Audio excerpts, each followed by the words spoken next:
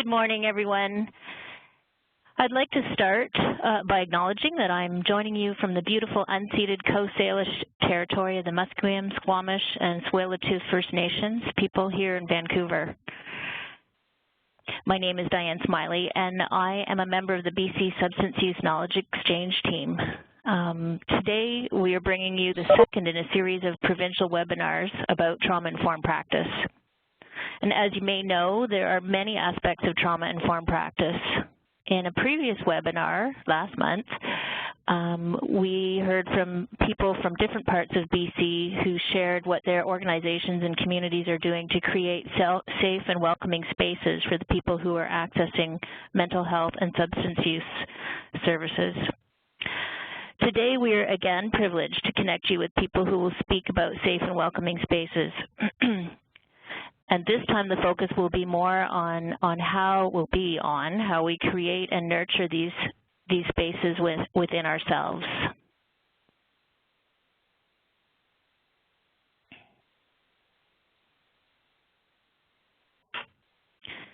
So we're going to, just as a bit of an overview for what we're going to cover today, we're going to start off with a very abridged version of how trauma-informed practice is being framed in BC. Then we're going to hear from Tara Carlson at Clinic Community Health in Manitoba about the practice of self-compassion and how Clinic Community Health, where she works, has integrated it and related work into their services over time. And then we will have the privilege of hearing from Vicki Kelly, who's going to share some stories and personal experiences related to nurturing compassion. And my colleague, Marika Sandrelli, will co-facilitate this conversation with Vicki. At the end, we're going to have a chance for questions, and with your help, we are hoping to facilitate a short dialogue with both of our presenters. I do want to let you know now that it will likely be challenging for us to answer all of the questions and bring all of the wonderful perspectives and insights that you may have and be hoping to share into the webinar. But we're going to try and bring some of them in, and we do really hope that people are going to be working with their colleagues to share and build on some of the conversations and ideas that may be sparked today in their own organizations and regions. And also, we hope to see that some of this dialogue can continue on our shared web space in our trauma-informed practice virtual community of practice. And we will bring the questions and some of the themes that people are bringing forward that don't get touched on today into that space.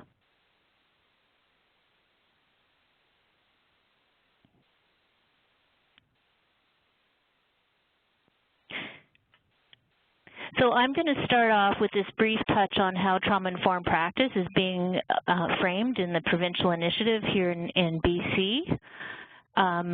And we're doing this at the beginning of each of these webinars as a way to try and make this relevant to as many people as possible, recognizing that people are in different places in their journey with trauma-informed practice. The work in BC has moved into a focus on kind of a principle-based practice for trauma-informed practice, and you can see 4 principles up now on the slide. These principles were distilled from the literature and grounded in the experiences of practitioners from across the province. And this really came out of work that was led by the BC Centre of Excellence in Women's Health and Nancy Poole. These principles, as you can imagine, or many people know from their own experiences, can be enacted in many different ways depending on your specific context, your program, the people that you're working with, where you're located, and what your regional priorities might be. Today, we're really going to reflect on how these principles look when they're considered at a personal and inner level, and how this growing awareness can be linked to wellness and resiliency.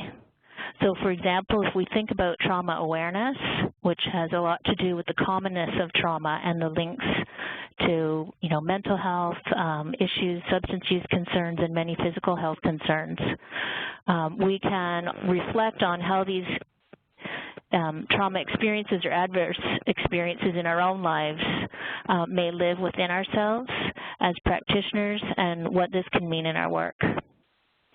If we think about safety and trustworthiness, we can think about how we cultivate this within ourselves so that we can be present and open in our own work and in our lives, and how we can become more aware of our own biases and, for example, unexamined areas of privilege or potential for discrimination.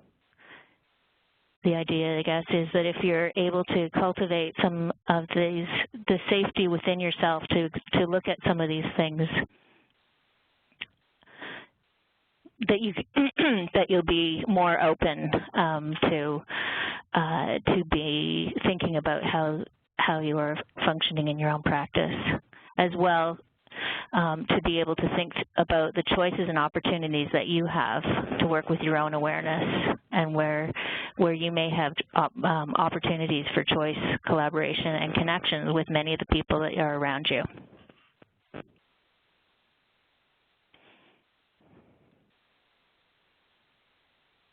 So, at a first glance, the trauma-informed practice principles can look quite simplistic and basic. Many of us have learned over time how deeply they can be considered and how they can be enacted to shape organizational cultures, and how they can have an impact on all of our interactions with clients and with colleagues. And the idea that they're sort of a universal practice. From an organizational perspective, in climates of what many of us are experiencing, competing priorities and pressures, more attention and research is being focused on the importance of staff wellness and resiliency, especially in light of concerns related to staff burnout, things like sick time, and staff retention.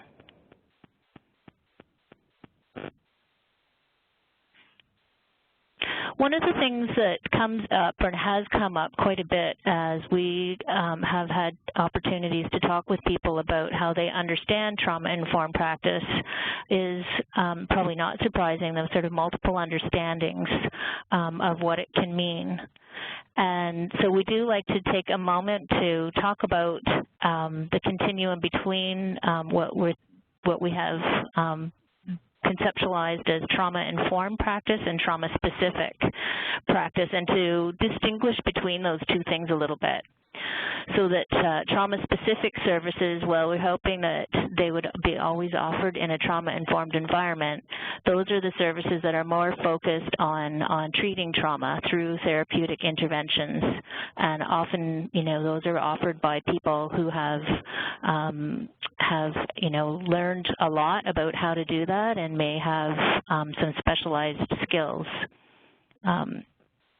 And that those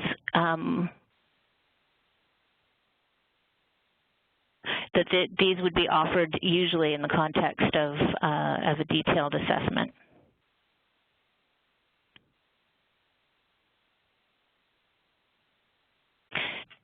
Trauma-informed services, as we've already touched on, are more about how the principles of that we've been discussing are enacted in many different ways. So, for example, they would show up in the ways like placing priority on a person's safety, choice, and control, and that they are integrated into all aspects of service delivery.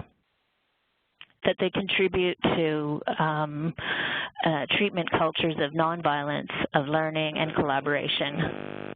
And that working in a trauma-informed way, in fact, doesn't necessarily require any disclosure about trauma.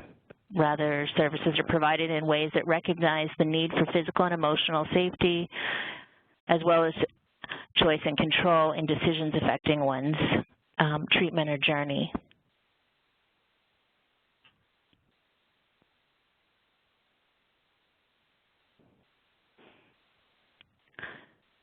The work of becoming trauma-informed is an ongoing process that requires attention from all levels of service delivery and an ongoing commitment. you know, a main goal is to minimize, you know, further traumatization or re-traumatization through supporting processes and spaces that build safety and trust.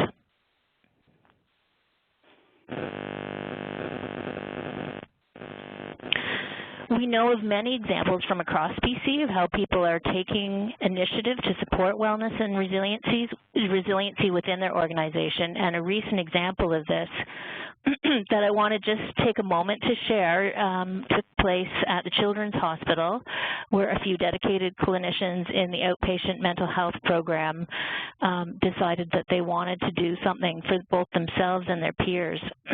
They organized a peer-facilitated mindfulness-based stress reduction support group that meets on a regular basis over lunch.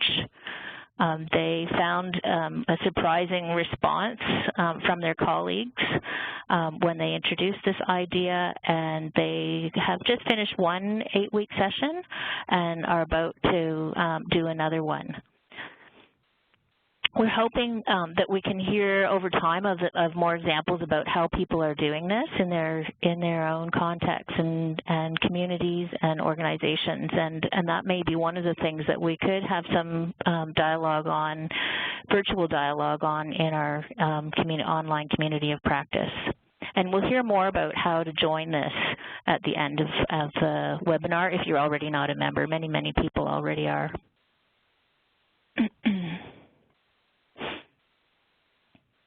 So I have the pleasure now of introducing Tara Carlson. I want to say that Clinic Community Health, where Tara works, has been a national leader in supporting trauma-informed practice. They published one of the very first Canadian practice guides on trauma-informed practice. And in my work to help develop some of the learning resources here in BC, I had the privilege of working with a few people from Clinic and learning about parts of their journey, which took place over many years. And it became very clear to me at that time that mind-body practices and practices such as self-compassion were very important in shaping that work. And so when we started talking about doing this webinar, I immediately thought about Tara and about people at Clinic. And so we've reached out to them to see if they would be willing to join us today. And so we are lucky to have Tara Carlson joining us, who's a counselor at Clinic and who's worked there for 17 years in the areas of trauma and crisis. And as a part of the trauma-informed approach there, Tara has been using practices of mindful self-compassion over the last number of years. So I'm going to hand the baton over to you, Tara, and you'll let me know when you want me to change the slides.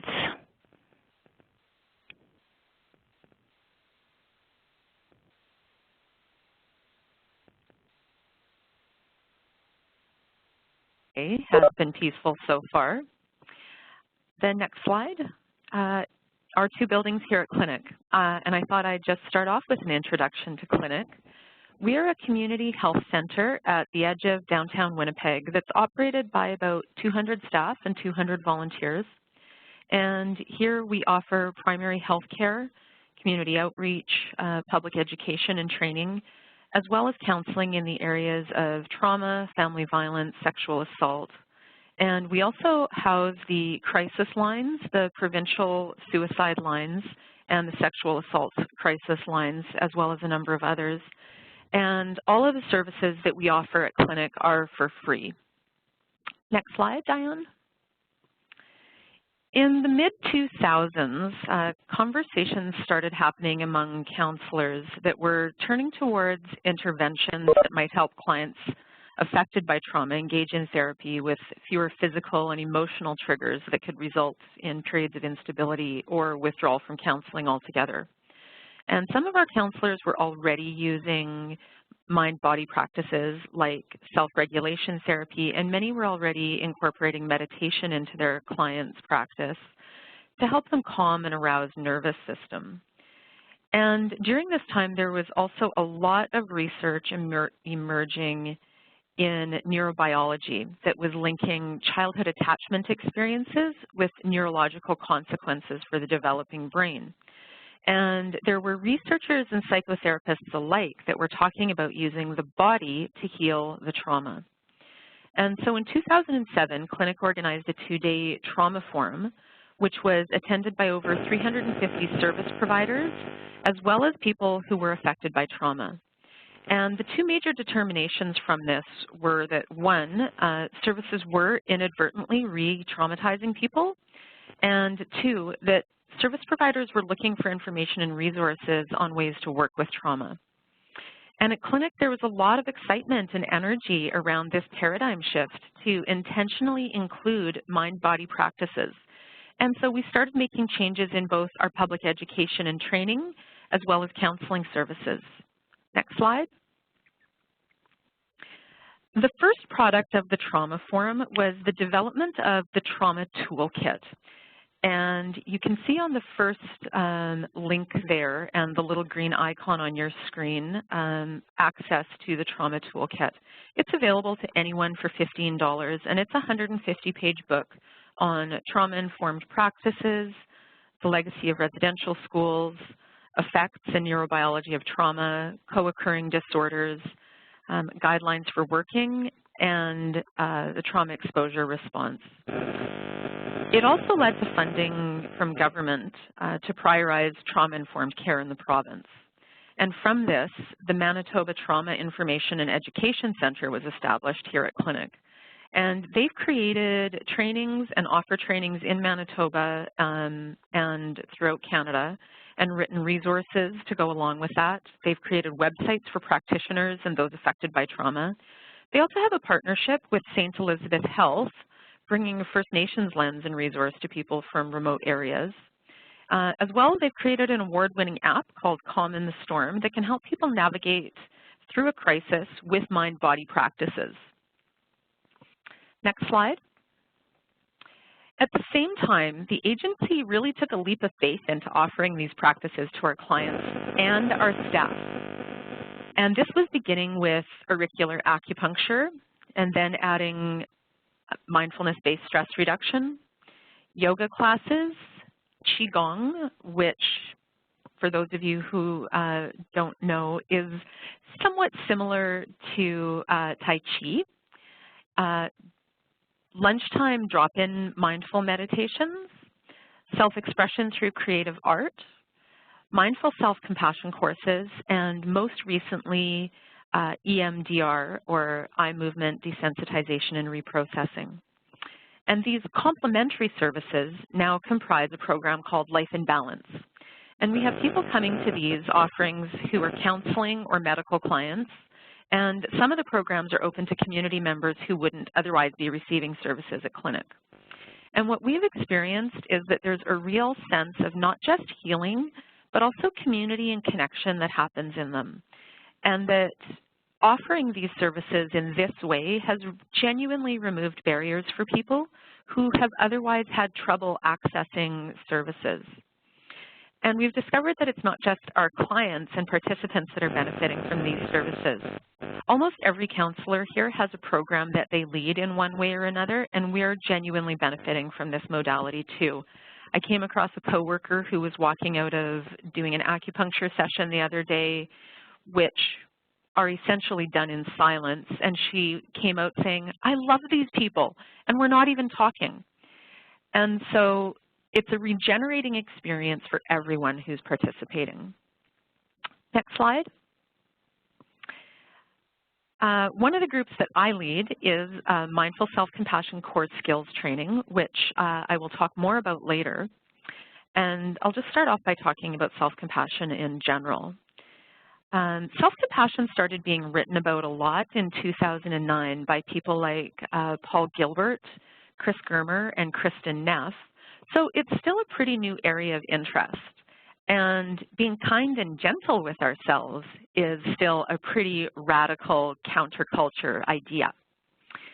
What we're way more familiar with and still invested in building is self-esteem, which is really just a global judgment that we have about ourselves as to whether or not we think we're good or bad. Self-compassion, on the other hand, is an emotionally resilient way we relate to ourselves when our self-esteem inevitably hits the toilet. And so, simply put, self-compassion is a kind, understanding way that we can think and feel and behave towards ourselves when we experience pain. And so I'd like everyone to just explore for a moment how we typically react to pain. Next slide. I'd like to invite everyone to take a moment, and you're also welcome to opt out, but just to take a moment and perhaps lowering our gaze and reflect on how you've reacted to stress in your life. Maybe you can think of something that's just mildly distressing, but something that lets you feel some distress in your body, some stress that you've experienced recently. Maybe it was on the drive to work. Maybe it's in your personal or professional life. Maybe you've had a disagreement with a friend. Just something that's mildly distressing. And think about the ways that you react and cope with that pain.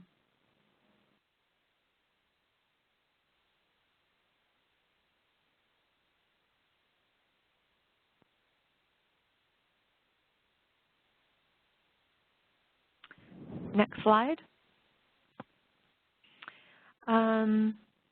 Here's a few samples of how many of us find that we react in varying degrees, in some ways that may be similar or dissimilar to the responses on this slide. But usually we do a combination of these things. We will think of a multitude of ways to turn away from our pain, to end it, to minimize it, and even some things at times that mean that we get swept away by our pain. But generally speaking, our immediate response to distress and pain is to make it stop.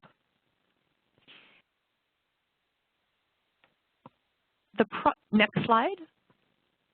The problem with these reactions is that despite our best intentions to help, they actually make things worse. Hence the saying, that which we resist persists.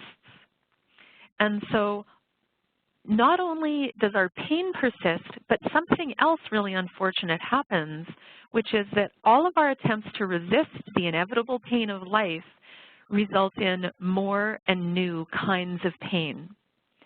So with the best of intentions, when we have a difficult day and we stuff it down just by emotionally repressing our feelings or by overeating or by drinking too much, what we realize is that inevitably we may be creating ourselves a whole other world of problems, which when we look at this formula, pain times resistance equals suffering, now we're not just dealing with the initial pain, but we've also created a second problem that we have to deal with. Next slide.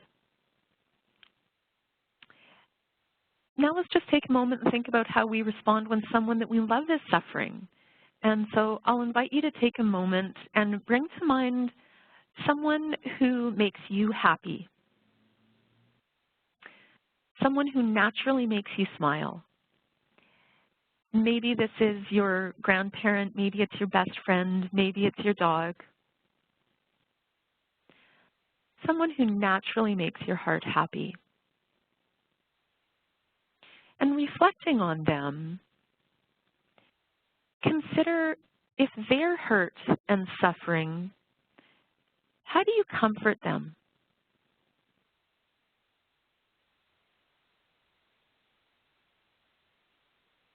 What is your intention?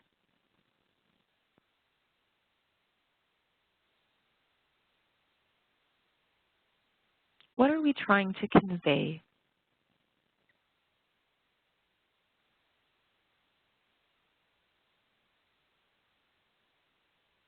What is our wish for that person? Next slide.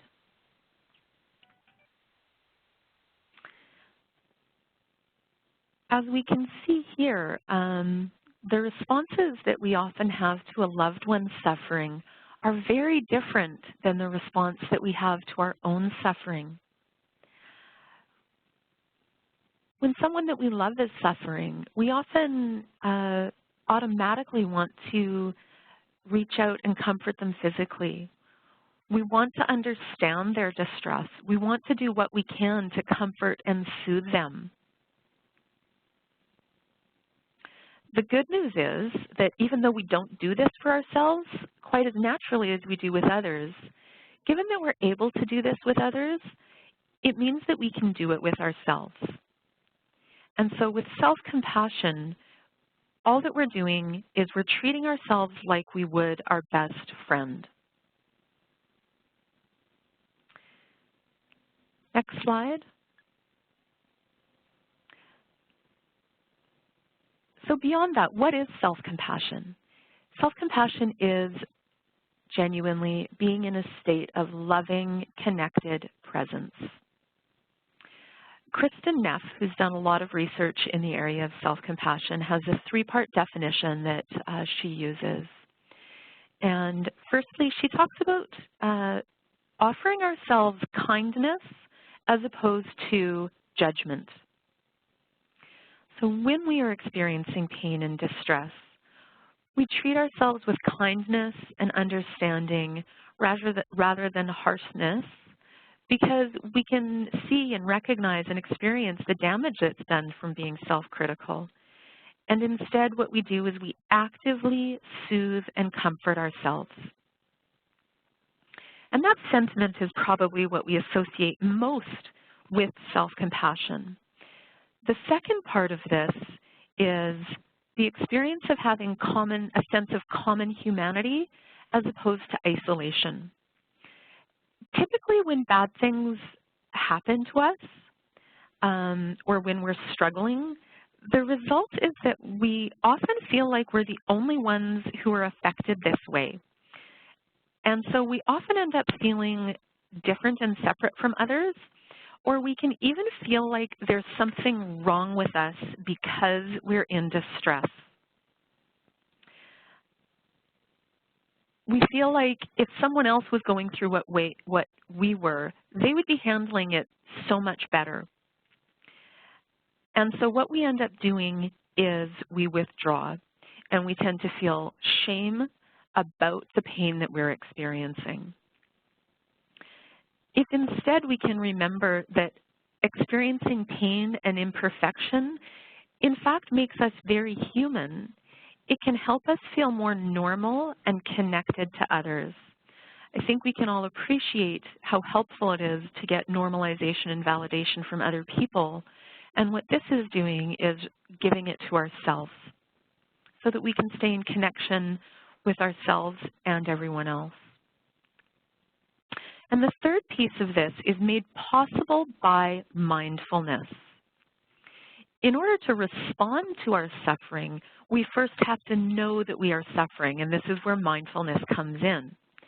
It allows us to notice our pain and do what can seem to be the impossible, which is just be with it, like we would be our loved one. Just being with it just as it is. And we do this instead of over-identifying. When we talk about over-identification, what we're talking about is feeling like we are defined by our experience in that moment. So it's the difference between being able to say, I'm feeling sad today, and thinking, I'm a pathetic person. Sometimes when our feelings can be really intense, we can not only just stuff them and be completely unaware of them, but we can also get swept away by them.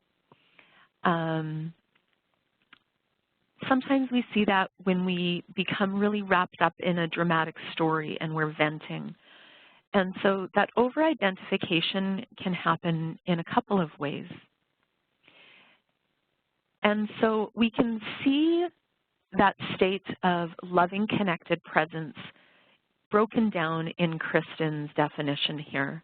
Loving being the self-kindness, connected being the common humanity, and presence being the mindfulness. Next slide. There's lots of ways that we can cultivate self-compassion. One of the things that we can start off by doing is increasing our knowledge of what self-compassion is. Most of us don't know what self-compassion is. Most of us confuse it with things like indulgence or pity or being selfish. And what they've discovered through research is that those misunderstandings of what self-compassion are a huge barrier to people practicing self-compassion, because nobody wants to think of themselves as pitiful. Nobody wants to think of themselves as selfish. And so when we start to address those misgivings and start talking about what self-compassion really is, that clears the way for people to be able to give themselves permission to treat themselves as well as they would everyone else. The group that I teach, the Mindful Self-Compassion Core Skills Training, is an 8-week course where we meet once a week for 2.5 to 3 hours in the evening with a half-day silent meditative retreat somewhere in the middle. And the ultimate goal of this course is to help people know when they're suffering and to respond to it with compassion. And that sounds like a really simple, easy thing, or simple thing to do, but it's actually not such an easy thing to do, in fact, as we can tell from our reflection on how we typically respond to ourselves when we're in pain. We haven't been taught generally to be compassionate to our own pain. You know, generally speaking, society wants us to be happy, and it's not very convenient when we're in pain and struggling. And so to give ourselves compassion, to notice our suffering, to notice our pain and respond with compassion, that's where that idea of it being a radical practice comes in. The 8-week course has content that is provided in the form of information being given. And then there's also formal practices that are taught. And these formal practices generally are the meditations, things like affectionate breathing, loving kindness meditation, and compassionate meditation. And at the end of this slideshow, there are websites with links where you can listen to some really great guided meditations. There's also informal practices, and they are equally important because the ultimate goal of this course is to have people noticing their pain in daily life and soothing themselves when it happens. And so some of those practices are soothing touch, self-compassion break, and soften, soothe, allow. And we will have an opportunity to practice a couple of those in a few minutes. Since, let's see, 2009 and it's 15, in the last 6 or 7 years, there's been over 400 articles written on self-compassion and on the program of mindful self-compassion that have actually demonstrated that as a result of attending the 8-week mindful self-compassion course, that people experience increases in self-compassion, increases in mindfulness, as well as compassion for others, that there are decreases in depression, anxiety, and stress, and emotional avoidance, as well as increases in connectedness, life satisfaction, and happiness. And the research also shows that people who are self-compassionate are better able to cope with tough situations like divorce, trauma, or chronic pain. And so cultivating self-compassion can be helpful for people who are dealing with stress, struggling with their sense of self-worth or self-esteem, who are hard on themselves or self-critical or perfectionist, people who have a hard time being present with painful emotions and stuff or are swept away by them. It's helpful for people who cope in compulsive or addictive ways, as well as those who are impacted by trauma and childhood or adult adversity. And I'm sure that we can see these experiences not only in our clients, but also in ourselves. And so self-compassion is helpful because it is emotional resiliency. And I teach the Mindful Self-Compassion courses as well as use it as a framework to relate to my clients that I see one-on-one. And I talk about it really directly with clients, and I do these practices with clients as a way to help them relate to themselves and their pain in the moment. And that's where that mind-body practice of if somebody is becoming distressed in the moment in a session, that's an opportunity to calm and soothe and settle ourselves. They can also then take that resource home with them and practice it. It's a way that I understand and I can help my clients understand compulsive coping. And that can be anything from addictions, eating disorders, emotional repression, and that's simply as resistance to pain.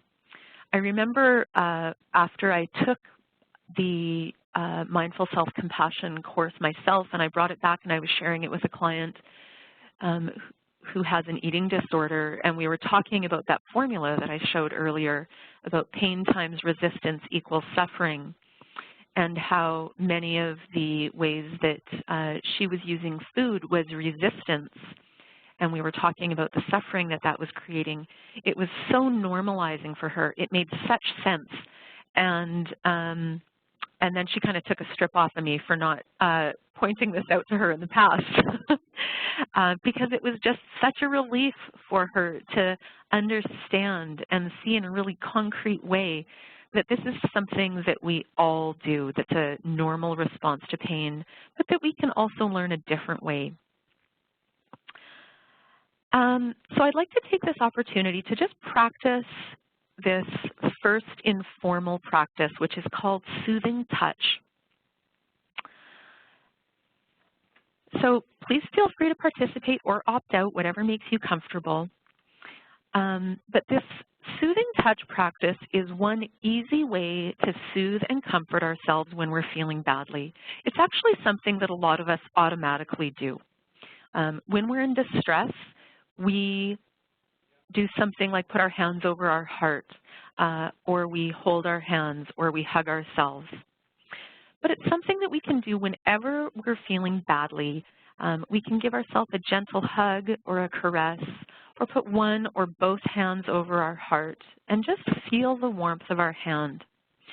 And it can feel awkward or embarrassing at first, but your body doesn't know this. It just responds to the physical gesture of warmth and care, just as a baby responds to being cuddled. Our skin is an incredibly sensitive organ. And because we're mammals, we are hardwired to both give and receive comfort and soothing. We need to have the desire within us to keep our children close so that they can survive. And so what the research indicates is that physical touch releases oxytocin. And what that does is it provides us with a sense of security, it soothes our distressing emotions, and it calms our cardiovascular stress. So it's a very concrete, scientifically proven way to settle ourselves when we're upset. So next time if you notice that you're feeling tense or upset or sad or self-critical, you can try just stroking your arm or your face or gently rocking your body. What's important is that you make a clear gesture that conveys feelings of love and care and tenderness. If other people are around, you can just fold your arms in a non-obvious way, gently squeezing yourself in a comforting manner. You can also simply just imagine hugging or caressing yourself if you can't make the actual physical gesture. So you can try stroking your skin or putting your hand over your heart during difficult times several times a week and see what you find out. The other two practices that you can do, the self-compassion break and the soften, soothe, allow, are ones that you can find on those websites at the end of the practice. The self-compassion break 2 is a very simple, immediate technique that we can use when we're in distress. For me, it was actually the most important tool that I learned, because what a self-compassion break does is that, and it's very simple, when we're distressed, we simply acknowledge it. So we acknowledge it by saying to ourselves, this is a moment of suffering. And once we acknowledge that this is a moment of suffering, it's an opportunity to respond to ourselves differently than we normally do. We've just practiced mindfulness. We've stopped and we've noticed our suffering. Now that we know we're suffering, we can say the second phrase, which is, suffering is a part of life. And that really reflects the experience of common humanity to remind us that there's nothing wrong with us for suffering. Then we can put our hands over our heart and feel the warmth of our hands, the gentle pressure of our hands, and say some kind words to ourselves, maybe such as, may I be kind to myself. May I accept myself as I am. And what that can do is it can really turn us around and interrupt our cycle of stuffing or becoming swept away by our emotions and just pause and take care of them for a moment.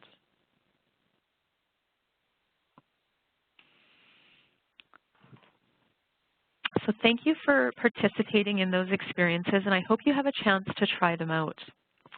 Next slide. Practitioner self-compassion. We've got a picture here of somebody breathing underwater because that's really what we're learning to do when we're practicing self-compassion as a practitioner. I know for me, self-compassion really resonated as soon as I heard about it for a couple of reasons.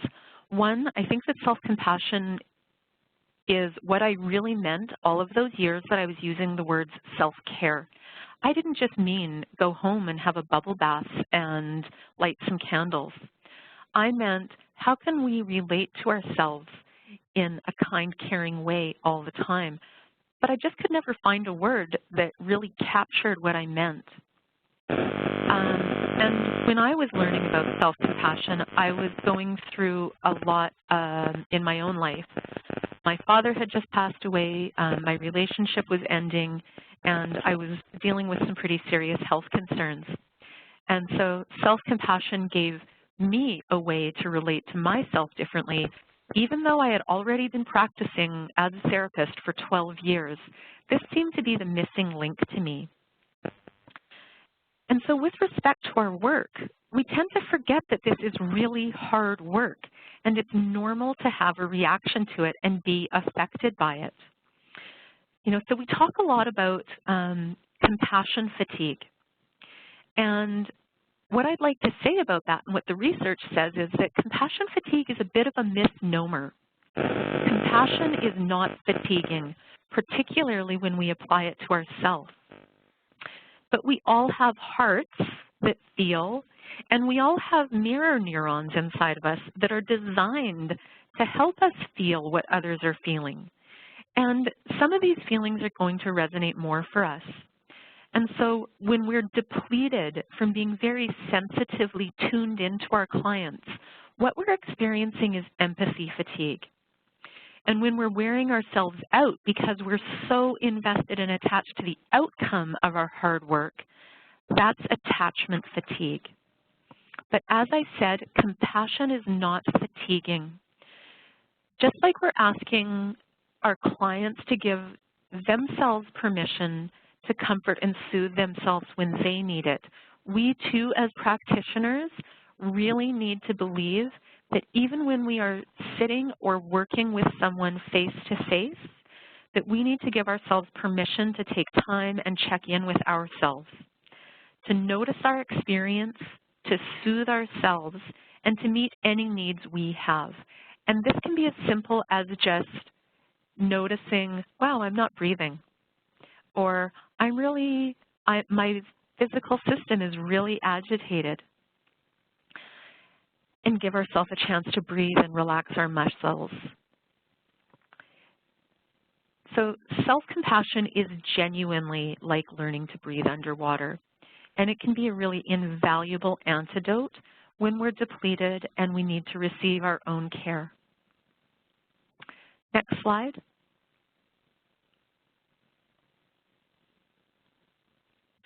So here's some resources on self-compassion. The first one is Chris Germer's website. The second one is Kristen Neff's. And the third one is the University of Southern California in San Diego, all really great websites. And the next slide. Here's 4 of my favorite books. The first one by Peter Levine, In an Unspoken Voice, is really speaking to mind-body practices of trauma. And then the remaining 3 are really easily accessible, super easy to read and engaging books on mindful self-compassion, all available probably at your local bookstore or on Amazon. So thank you very much for participating with me today, and I hope peace follows you throughout the day.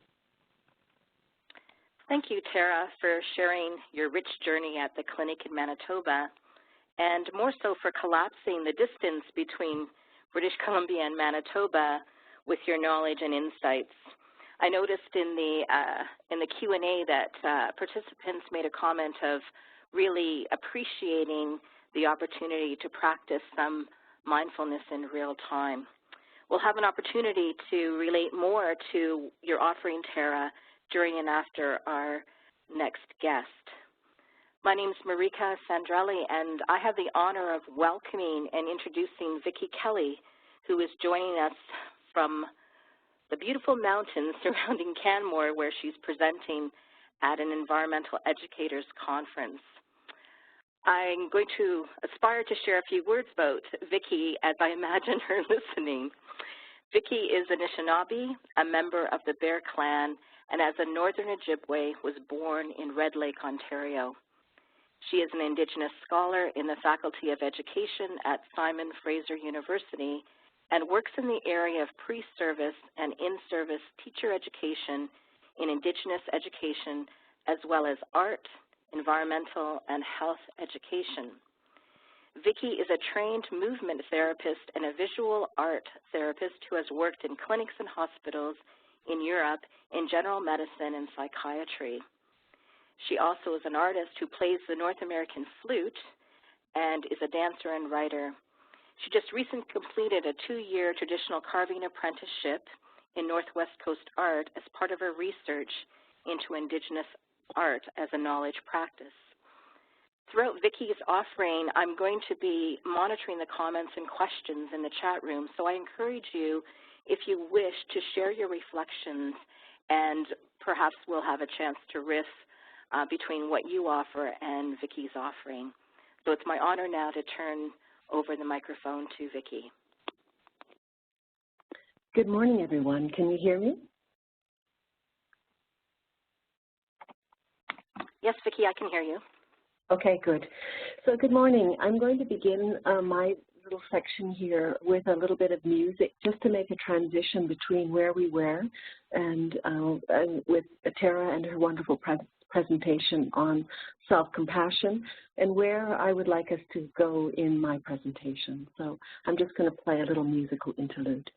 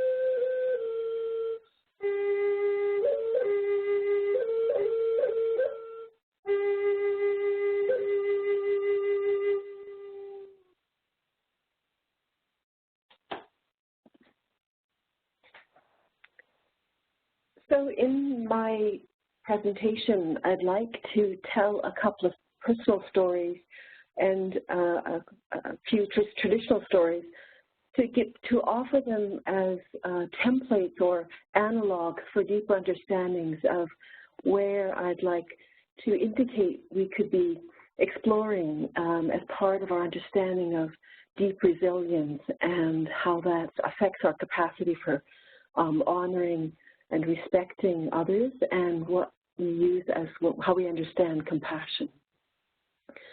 So first I'd like to just situate my own conversation here in terms of my own experience.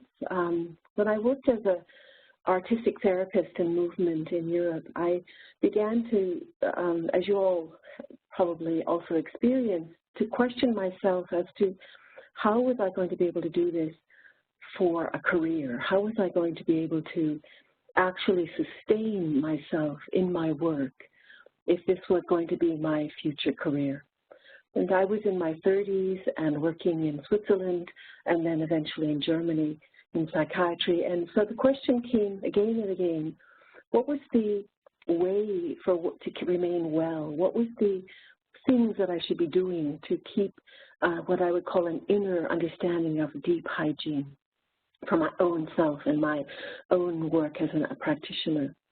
And so that sort of rolled around in me for a long time, but it became especially crucial when I started to work in Freiburg in quite a wonderful clinic in psychiatry, and began to experience through the people that I worked with profound experiences way beyond my own individual life, biography, and destiny. And so I started to experience that I was exposed to or participating in people's lives well beyond whatever my life had prepared me for. And how was I going to carry that, indeed, that increase of understanding, empathy, knowledge, how was I going to carry that as I grew older? So that question changed and morphed over the course of my life as I worked with children in the Toronto Waldorf School and in many different contexts, and is still with me today in my work at the university. So the question is, how do we understand what we do in our work so that we can create living antidotes, practices that become places or sources of wellness that enable us to remain well within those places and practices? And so I work with educators who also, like you, are living and working in institutions. And these institutions have competing understandings of what it means to be human. And so there is a great battle going on between the hearts of practitioners and institutions, and an institutionalization of health and well-being and also education. So how is it that we are going to bring humanity to those places, and I'm going to say this quite frankly, to reanimate those places and create the inviting spaces, ecologies that honor what we are really, really concerned with, which is the whole development of the human being and the kind of future health and well-being. So I kind of am advocating in my classes at the university a radical reimagining of what we do. And I invite my students to do this by tracking themselves, by exploring how did they come to be in their work? What was the profound impetus, the kinds of things that drew them to that place? And what were the kinds of things that they brought to that place? What are their cultural backgrounds? What are the stories that they grew up with? What are the natural places that nurtured them? So they understand that with each practice, each of us brings from where we are from. And when we sit before or stand before anyone, we are there with also where we're from and the cultures that we grew up in and the worldviews that we carry, the perspectives on education, the perspectives on health and wellness, our understandings of what trauma is and what is compassion. So we understand where we're from and to understand where we are. And this is a very embattled place, both in education and also in healthcare. We're in places where institutions and the pressures upon them are hugely demanding, beyond perhaps what any one person, any practitioner could even hope to attend to. So we stand before children and adults who bring with them life stories that are quite profound and are challenging within those institutions in healthcare and in education. So how do we honor them and create hospitality for those people that are on their journeys with large burdens? And how do we respectfully learn to live with them in ways that are ecological for them and ourselves? So this poses a question, in a way, comes back to us, because it depends on what we're trying to do and how we're trying to redeem the institutions in which we work, much like Tara described in her own workplace. So I invite my students to really imagine, to envision. In other words, I challenge them to call forth a vision of their practice and their place and themselves enacting that practice that honors what Marie Batiste calls their learning spirit and why they came into this work and why it's important. Now, when we do that work, we start to honor that which is in us, this most profound longing in us that is reaching for something that's important in a current time, in current circumstances. And it becomes a site of activism, a kind of challenge to acknowledge why we are so committed to our work. And I often tell this Anishinaabe story as I introduce this idea, what are we reaching for in healthcare, in trauma work? What are we really, really reaching for? And the story is that when on Turtle Island, when the children that were born, the animals took care of the younglings. They nurtured them. They brought food. They brought wool or fur to cover them when they were cold. They played with them. They did all the things that they understood from themselves as ways of nurturing these two young ones. All went well until one day Bear started to realize that they weren't progressing as they thought, or he thought they should. They didn't seem to be so moving around like his bear cubs. So he started to ask around. He said, Beaver, what happens when you take them down to bathe? I'm worried about the little ones. They don't seem to be developing as I think they should. Beaver said, oh, they get us plenty wet. Muskrat and I are drenched when we come back from bathing the little ones. He asked wolves if they ate the food. He asked every other of the animals. And they gradually start to realize that the little ones weren't moving. They weren't thriving in the ways they thought. So when Nanabush came through the little glade in the forest, they asked him what they should do, and he didn't know. So he took a journey, and he took a journey to the highest mountain that he could find. He'd made a camp at the bottom of the mountain, and he prepared himself, and he went up on the mountain, and he asked the Creator, what are we to do with these young ones who aren't thriving? And he sat there for 3 days, and there was no answer. And just before he was about to leave the camp, he heard in his inner voice, pick up all the colored stones on the way down the mountain. So he picked up all the colored stones that he found on the way down the mountain, and he gathered them up beside the fire. He made himself something to eat, and he looked deep into that fire, trying to understand what he was to do with all these colored stones. He took a few. He tossed them in the air. He tossed them a little higher in the air.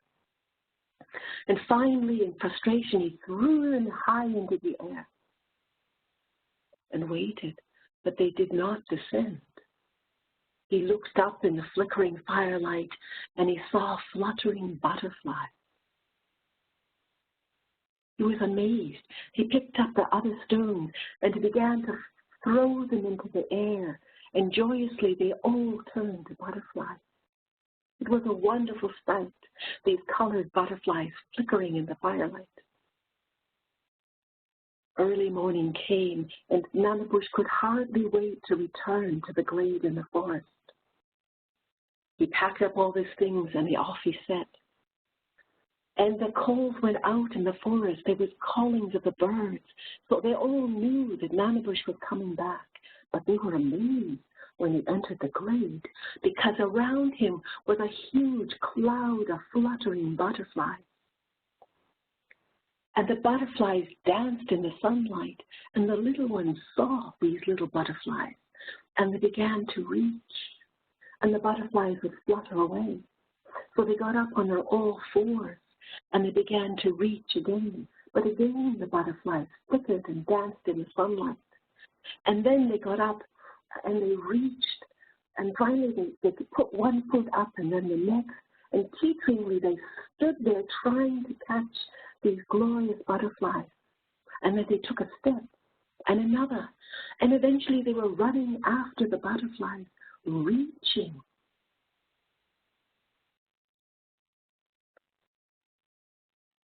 So I became aware that we need to reach, that we all have butterflies that we're reaching for. And often these are placed in jeopardy. And in my culture would say they flicker and the light goes out. But the reanimating and the reawakening of our dreams is very important. And they are deeply concrete for educators. Educators want things to happen in their classrooms. For a young John or a young Jane or someone in their classroom, they want something. They want a miracle, and they want their children to reach, to crawl, to leap, and to run. So do we, as human beings, need to nurture that which we have in our learning spirit, and what is our intention to make an offering in this earth life that we have. But what does that mean when we work in healthcare? How can we understand what we're doing? One of the things is to honor that the resilience comes from the resistance, and that we often don't understand how to work with our own resistances, our own sufferings and inability. And I'm often reminded of this phrase by Goethe, where he said, contemplate well and you will develop capacity. It is by contemplating deep the lived lives of others that we understand the human journey. It is from that deep, deep contemplation that we have an understanding of what the kinds of work is that would enable that person to reach in their learning spirit for something more. And we understand that by understanding our own sufferings, our own hardships, our own pain, in what I call the aesthetics of vulnerability. As an art therapist, I know that my way of reading someone's movement or art is an aesthetic task. It's a deep aesthetic task where I can see and read what is encoded into the offering of another, because I also know those vulnerabilities and those sufferings in myself. So in a way, this resilience is the pathway to compassion. It is the way, it is the organism, it is the sense organ for it in another. It is what we turn to when we are working with others.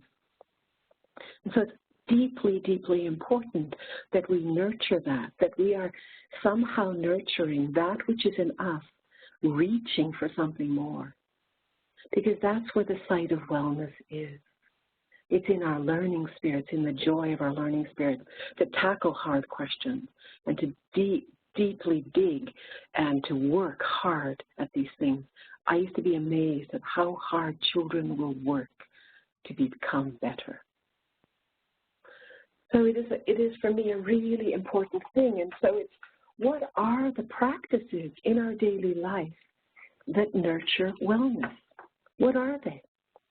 And I want to share with you a reading from a person that I think has a wonderful way of addressing what I call waking up these practices that create wellness, that are part of our nurturing of our own practices and how we can do our work of healing within institutions. And it's a short little life writing in the book called Dwellings by Linda Hogan. Linda Hogan is an Indigenous writer in the States. She's Cherokee. And she writes about going to visit an elder in the desert, on the edge of the desert. And many times, and she'd come heavy with burden, and she'd talk through the night, and she'd eventually lay down the burden, and over the course of the time, feel this great release. So they're watching the sunrise in the morning, the day she's to leave again. And the elder looks with her at the sunrise and then turns to her and says, you know, our lives are our offerings.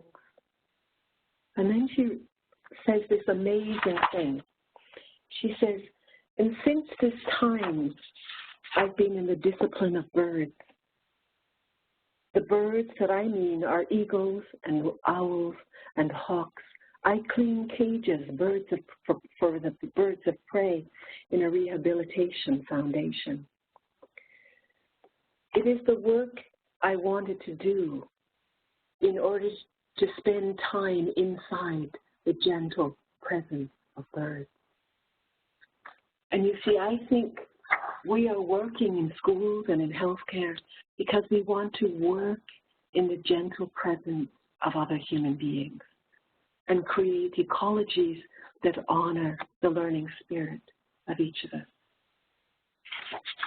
So she talks about one day working, and she talked about this a wonderful thing of having to learn to nurture the birds by also feeding them and having to deal with dead animals and the learning to understand this birth and death, living and decaying process, but it's to clean our eyes and understand the great humanity of life that we are a part of.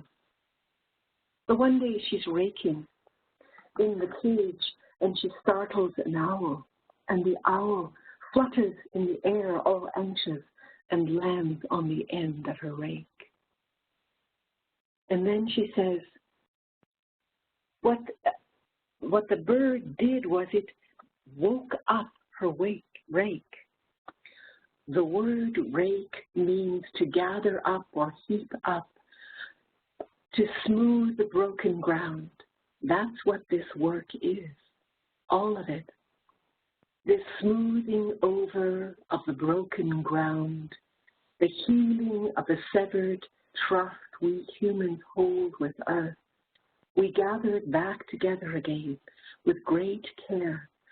Take the broken pieces and fragments and return them to the sky. It is the work at the borderland between species, at the borderland between injury and healing.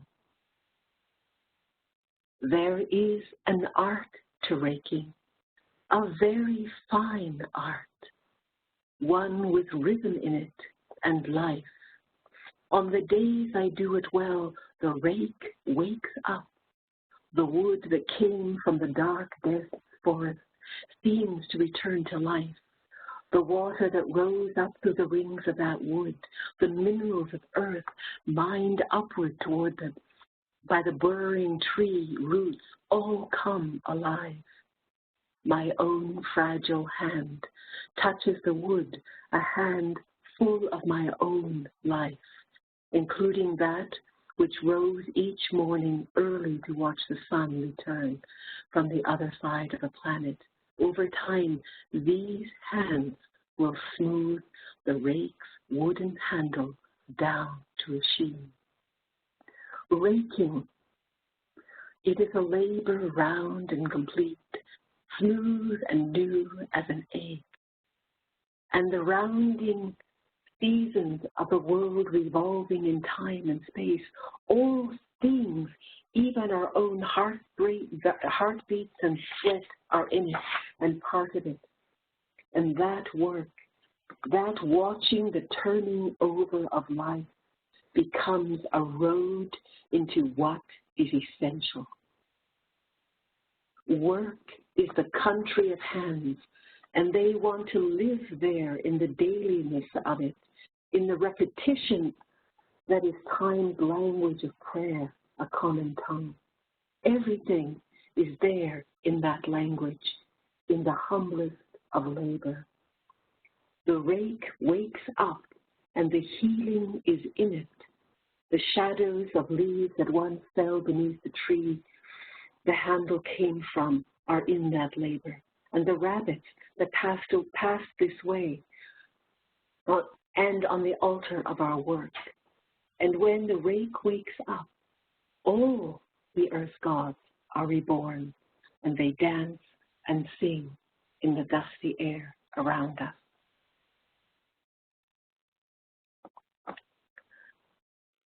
So I ask, what are the practices that help us wake up the rakes for the healing that needs to be done in the centers in which we work?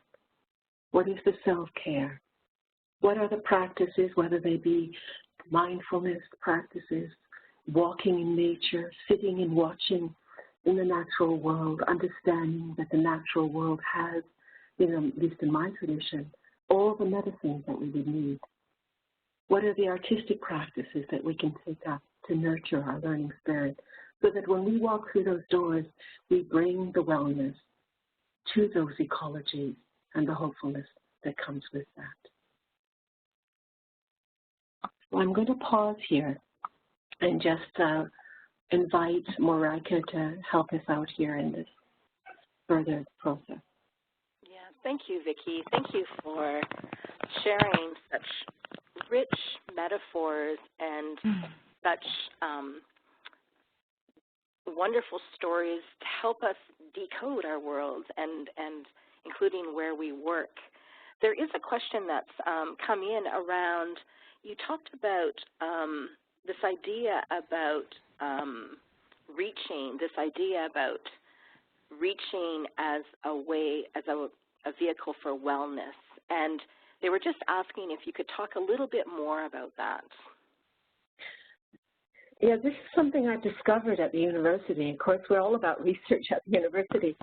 But in the fields that I work in Indigenous research, and specifically in arts-based research, we have now these understandings that we're inquiring.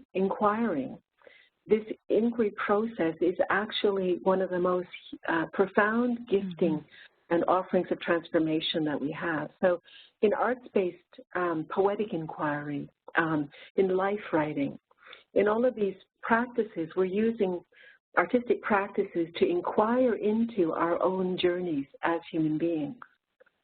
And what's happening is that those inquiries and communities of inquiry enliven us, they transform us.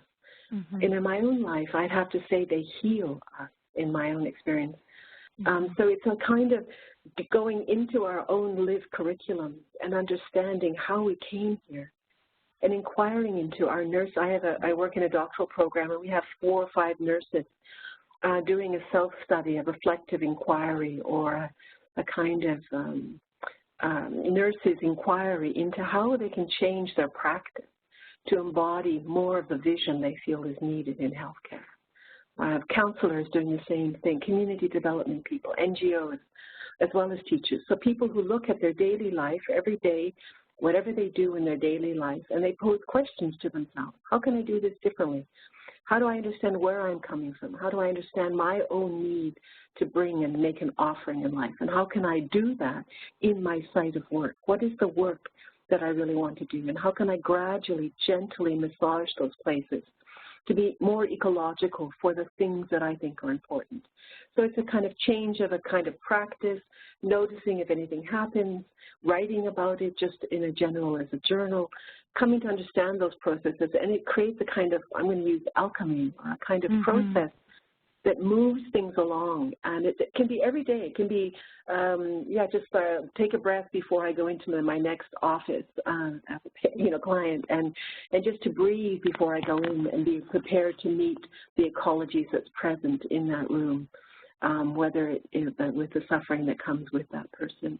So little practices that will allow us to change what we're actually doing on a day-to-day work. A little bit what Linda Hogan calls the humbleness of it, the dailiness of it. So they're not grandiose research questions, but what's really important is that the people discover that those inquiries are actually about what they want to do in human beings. There's a larger context. So you'll have people who want to change education, okay? But they want to change education in this particular way, and they have a vision for it. And then they do something in their classroom that enables that to happen between them and the children. So, as an example.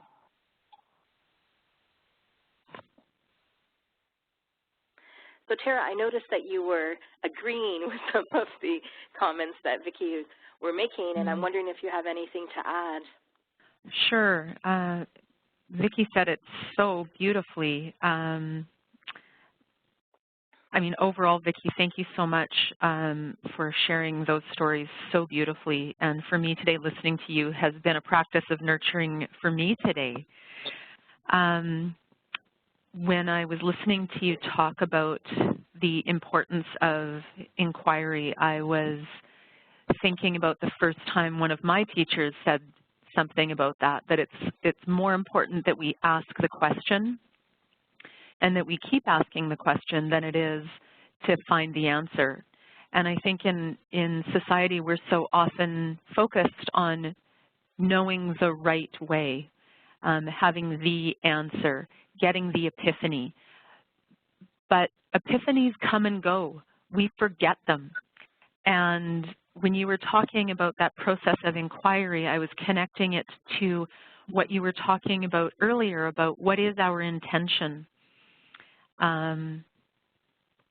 What is the thread that will carry us through life on a pathway that's meaningful to us? And I think that there is so much pressure on professionals to get everything right. And it can be difficult for us to just ask the question, but it is such an important, invaluable thing for us to do. Thanks. Great. I think just to comment on that, it was something that I learned that the teachers told me as a way of working with their own burnout, that they were experiencing the process that I was kind of an indigenous inquiry process into their own pathway and what they were doing. And they said that it was, this is what they said to me, was that it was empowering, and helped them to embody, to stand, to have a stance in their life and in their work, that strengthened them and reawoken the passion and the power that came in their earlier visions. And they became very clear, and then they began to speak back to practice. And I think the same is happening with the nurses. They're speaking back to practice, from practice. Not from away from some kind of theoretical research on, which we do in the Academy, but really as practitioners to practitioners, and enabling each other to work, because we all know the work is endless. It's in the quality of our work that makes a difference, you see. Yes. Yes. And it can be very hard to stay on track with our work. And I think that those questions and setting our intention, asking, what are we reaching for, will at least keep us on the right path, the path that is our core values. Thank you. We've got another question that was sent in, and that's really reflecting on this rich conversation. It's with inquiring and questioning and reflecting and practicing mindfulness. This person is asking that it can become quite overwhelming in developing a practice, inquiring, and also responding to the huge demands that are coming through the door. And I'm wondering if anyone has any comment about that.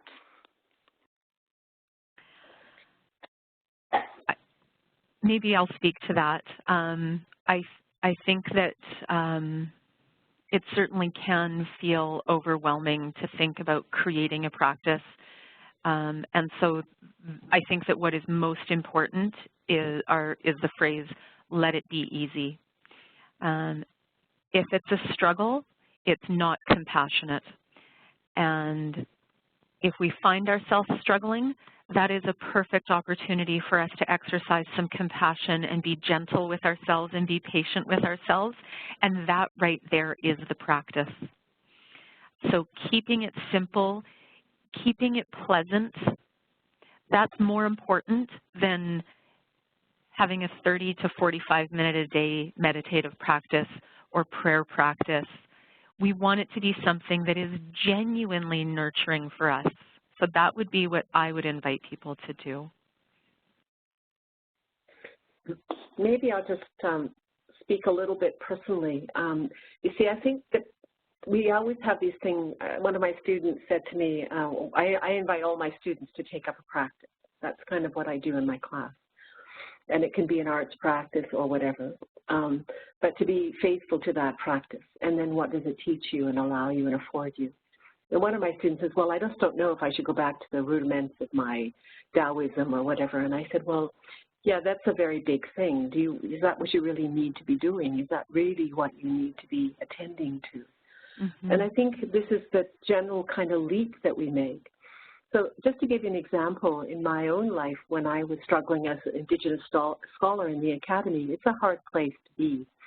And I remember going to a place where David Bouchard played the native flute, and I just started to cry and realized that the instrument touched me so deeply that my longing overcame me, and I just needed to research this and figure it out and buy one and how do I play and all of those things. And it was like an existential need to do that, to attend to it. But I think we don't attend to our own ecology. And what would be the next simple step within our own natural ecology? We may be sitting and drinking tea in your garden 5 minutes a day, affording space and genuine deep reflection. People who love nature, to be in the natural world, to visit, to make a practice of that, growing plants, whatever the simple practice is. And it need not be more than a couple of minutes long. We always think, oh, we got to do a study, we've got to do this, we'll have to be 10 minutes practice. And then, of course, we defeat ourselves. So it's in that honoring of what's the next simple thing that you can do that your learning spirit would love to do for yourself. Thank you. We've got a question from Cheryl. Thank you, Cheryl. The question is around arts-based practices as a form of mindfulness. So I noticed, Cheryl, that you mentioned you're an art therapist, and you're wondering, do you think art-based practices can be a form of mindfulness? So I'll turn that over to Vicki and Tara. Well, I'll let Vicki field that. Over to you, Vicki. I think they're deeply contemplative. You know, it's interesting. In my work, I work a lot with the teachers, and I invite them to start another practice, to go to beginner's mind, and to be a learner in a different practice. And when they do that, they realize how habituated they become within their own art practices. And so that slows the practice down, so that it can be contemplative and not, it creates a different spaciousness and timeliness in it. And it allows also the aesthetic instrument of our well-developed landscape, whether we're musicians or visual artists. Artists in visual art are people who deeply see. Musicians are people who deeply hear. Now, if a musician begins very humbly to play around in visual arts, that creates a profound opportunity for synesthetic experience. And deep contemplative practice is based on awakening a deep synesthetic experience with the body, the mind, and the heart, all being available to that experience.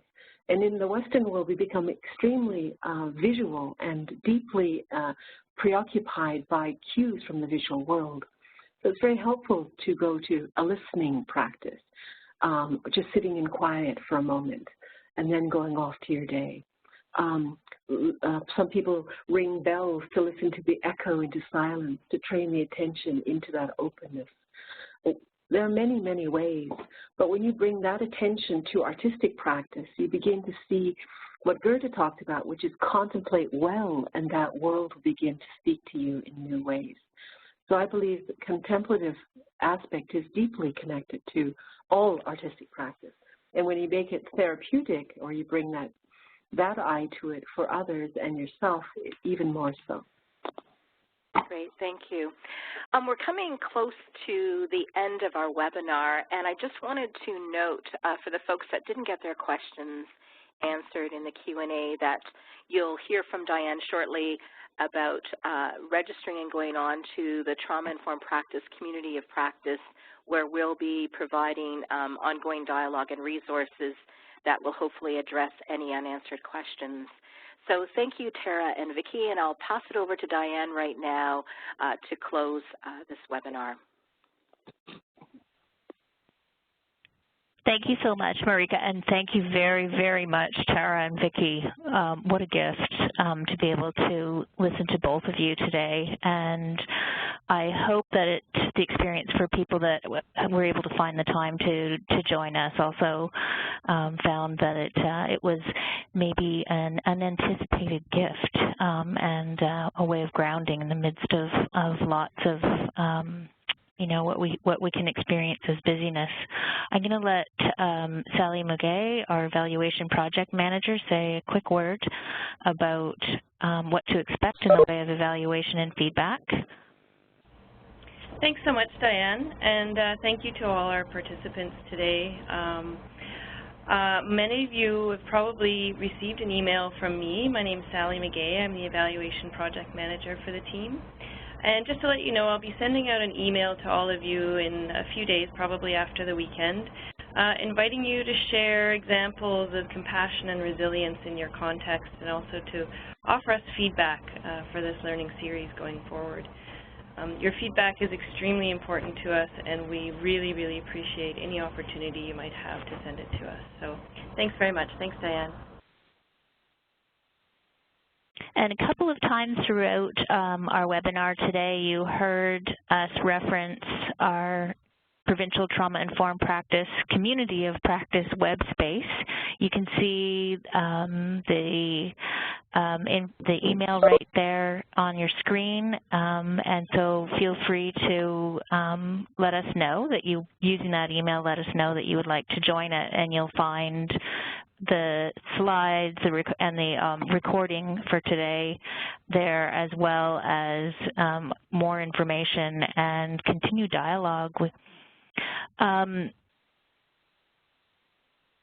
and also want to let people know that we will be holding our next webinar on December 17th. It's also a Thursday at the same time, and our topic for the next one is supporting health equity and addressing structural violence.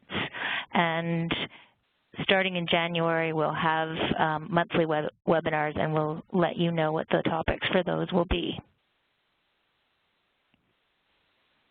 You can see on the screen now a list of all of the people that, not all of the people actually, but of the knowledge exchange leaders who are located throughout the province in different regions, and their email information. We've got some very important team members who are not in the role of knowledge exchange leader, who are not on the list today. You can also see both Tara's email and Vicky's email if you're interested in following up. That brings us to 12 o'clock, and I hope that everyone can take some of the energy from this time that we've spent together into your work today, and I hope some people will have the opportunity to continue to talk about how this relates to their work and their lives in their own settings with their colleagues. That's all for today. Thank you.